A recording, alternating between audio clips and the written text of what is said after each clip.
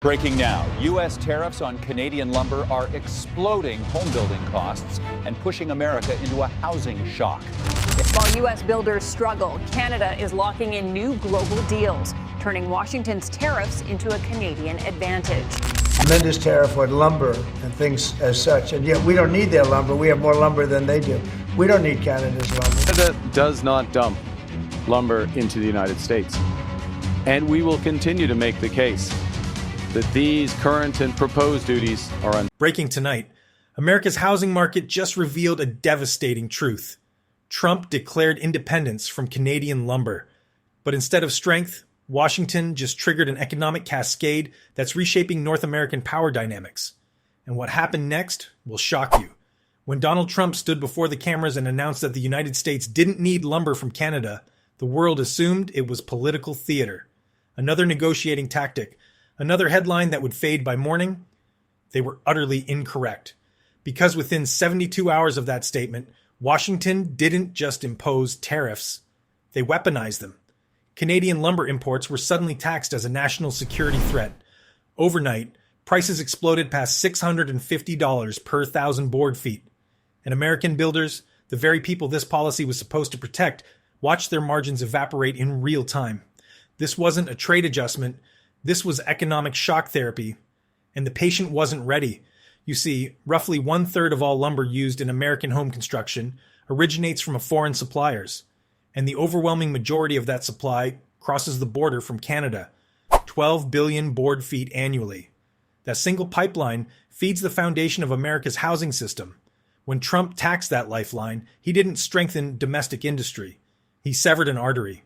Construction costs didn't gradually rise, they detonated. Projects that looked profitable last month suddenly stalled. Builders hesitated. Families planning to buy homes watched prices climb beyond their reach. Experts began calculating something terrifying. Every percentage point increase in lumber costs could lock millions of Americans out of homeownership permanently. The goal was national self-sufficiency. The result? An inflationary wave that struck at the heart of the American dream. But here's where this story transforms from policy mistake into strategic disaster. Here's the thing, though. While Washington was celebrating these tariffs as some kind of win for American workers, the actual numbers told a completely different story. One that nobody in those press conferences wanted to talk about. You could run every single sawmill in America at full capacity, round the clock, no breaks, and you'd still come up short. We're talking more than 3 billion board feet short. Not close. Not almost. Completely insufficient. Look, analysts had been screaming about this for years. Replacing what Canada provides isn't something you just do overnight.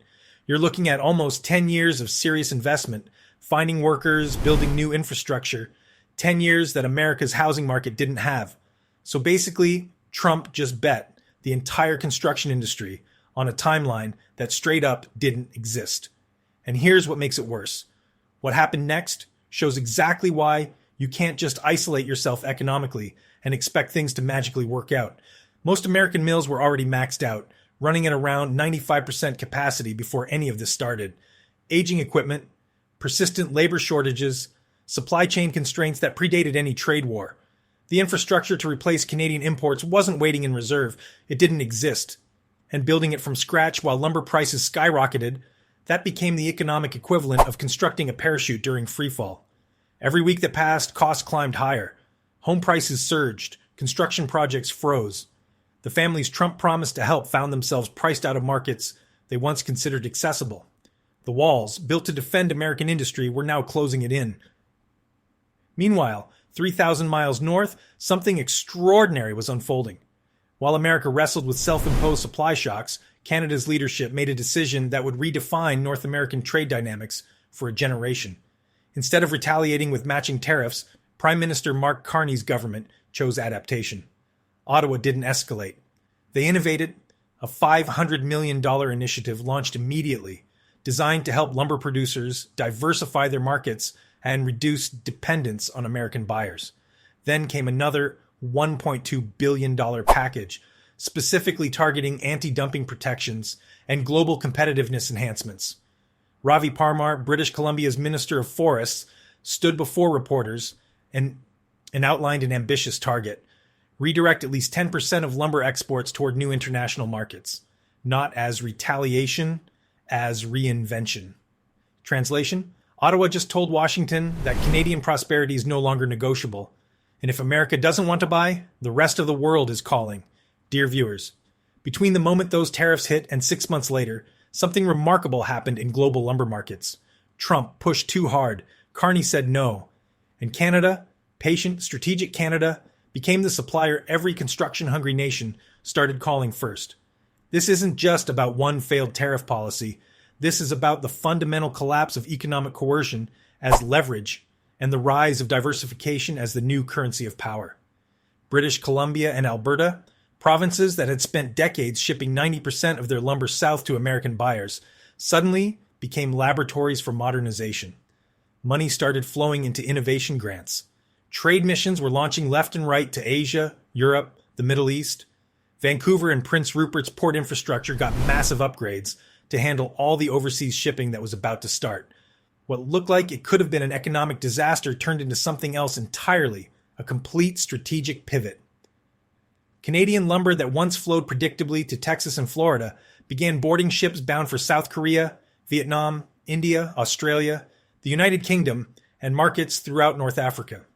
Japan, which had previously played a minimal role in Canada's export strategy, increased its Canadian lumber imports by 26% in early 2024. A clear signal that international buyers recognize stability when American reliability wavered. Trade agreements followed with Germany, South Korea, and emerging markets that valued long-term partnerships over transactional politics. Every contract signed abroad carried weight beyond commerce.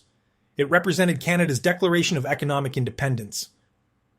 The country that had spent generations defined by its relationship with America was now writing its own story on the global stage. And all of this happened because Washington believed threats would force compliance. But while Canada expanded globally, America's construction sector slipped into crisis. Builders in Texas, Ohio, and Florida reported the same devastating pattern: delays, budget overruns, projects abandoned mid-construction. The National Association of Home Builders calculated a brutal equation. For every 1% increase in lumber costs, the average new home price rose by approximately $1,000. When lumber prices surged towards $765 per thousand board feet, that translated to an additional $10,000 per home. $10,000 in pure cost with zero improvement in quality or materials. Families saving for down payments watched their target move further away each month. Contractors pulled back on projects. Banks hesitated to finance builds with such volatile input costs. The housing shortage, already severe before tariffs, intensified into a full-blown affordability crisis. The policy designed to protect American workers was now preventing them from buying homes. Across Western Canada, mills didn't just survive the disruption, they evolved. Investment shifted from raw lumber exports to high-value engineered wood products and premium timber components. This wasn't defensive adaptation. This was industrial transformation. Canada wasn't just finding new buyers, it was moving up the value chain, competing on innovation rather than volume. Each trade deal signed in Tokyo, Berlin, or Seoul wasn't merely a transaction. It was a statement. Canada's new identity as a diversified, technologically advanced, globally integrated supplier was crystallizing in real time. The irony became impossible to ignore. Tariffs intended to diminish Canada's leverage had amplified it. Every contract negotiated outside North America proved Canada's resilience. Every stalled construction project in America highlighted the cost of isolation. The economic relationship between these neighbors wasn't just strained, it was fundamentally rebalanced. And the shift wasn't happening because of Canadian aggression. It was happening because American policy created the exact conditions for it. In Washington, the tone began to change. Officials who once championed tariffs as symbols of strength now faced mounting criticism from the very constituencies they claimed to protect.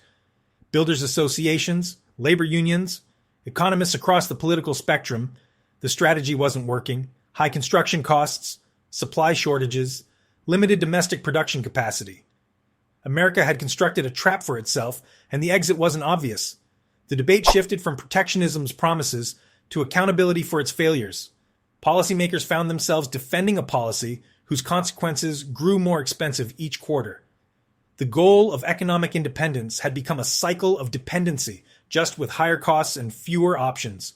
This transformation reshaped how both nations viewed their roles in the global economy. In Canada, massive investment in sustainable forestry and green technology turned the lumber sector into a model of long-term strategic planning. Environmental standards became competitive advantages. Technological innovation attracted international partnerships. Canada wasn't just selling lumber, it was positioning itself as the responsible, reliable, future-focused supplier in a world increasingly concerned with sustainability. In America, meanwhile, debates intensified over how to reverse course without admitting the entire strategy had backfired from day one. The contrast couldn't be sharper. One nation adapted, the other resisted. One embraced partnership, the other demanded compliance. And the economic consequences of those choices became visible in every housing development, every construction site, every family priced out of home ownership. But here's what makes this story more than just a trade dispute. This is a lesson in how global power shifts when old strategies collide with new realities. Canada's response wasn't about revenge. It was about recognizing that dependence on a single market, no matter how large, creates vulnerability. Diversification became strength. Flexibility became leverage. And a country that had spent generations in America's economic shadow stepped into global prominence, precisely because Washington tried to diminish it. Each shipment of Canadian lumber to Asia, each trade agreement with European partners, each investment in sustainable technology reinforced the same message. Canada's economic future wasn't tied to American approval anymore, and that shift didn't happen through confrontation. It happened through competence, through patience, through strategic vision that looked beyond immediate political cycles and focused on long-term structural transformation. Meanwhile, America's housing market absorbed the cost of lessons learned the hard way. Lumber prices that should have stabilized remained volatile. Domestic production that should have expanded faced the same constraints that existed before tariffs. The supply gap that should have closed remained stubbornly wide. Families that should have been buying homes found themselves locked out by policy-driven price increases. The economic walls built to defend American industry had become barriers trapping it inside a system that couldn't meet its own needs. The question now dominates every policy discussion, every boardroom analysis, every construction site conversation across North America. Did protectionism actually safeguard American interests, or did it accelerate the exact outcome it was designed to prevent? Because this story was never just about lumber or tariffs or trade percentages. This is about what happens when economic strategy ignores economic reality. It's about how power shifts when one nation adapts while another clings to control. It's about the moment when a declaration of independence becomes a lesson in interdependence. One decision, one press conference, one confident statement that we don't need Canada's lumber. And the chain reaction that followed didn't just redraw trade routes. It fundamentally altered the balance of economic power in North America. Trump bet on American self-sufficiency. Carney invested in Canadian diversification. And honestly, the results are pretty clear when you look at rising home prices, Canada's expanded export markets, and families across America struggling to afford what used to be within reach. So what do you think about all this? Is America really paying the price for trying to go it alone economically? Drop your thoughts in the comments. We actually read them. And hey, if you want to stay updated on stories like this, where the official narrative doesn't quite match reality, make sure you're subscribed and hit that notification bell. Thanks for watching, and we'll catch you in the next one.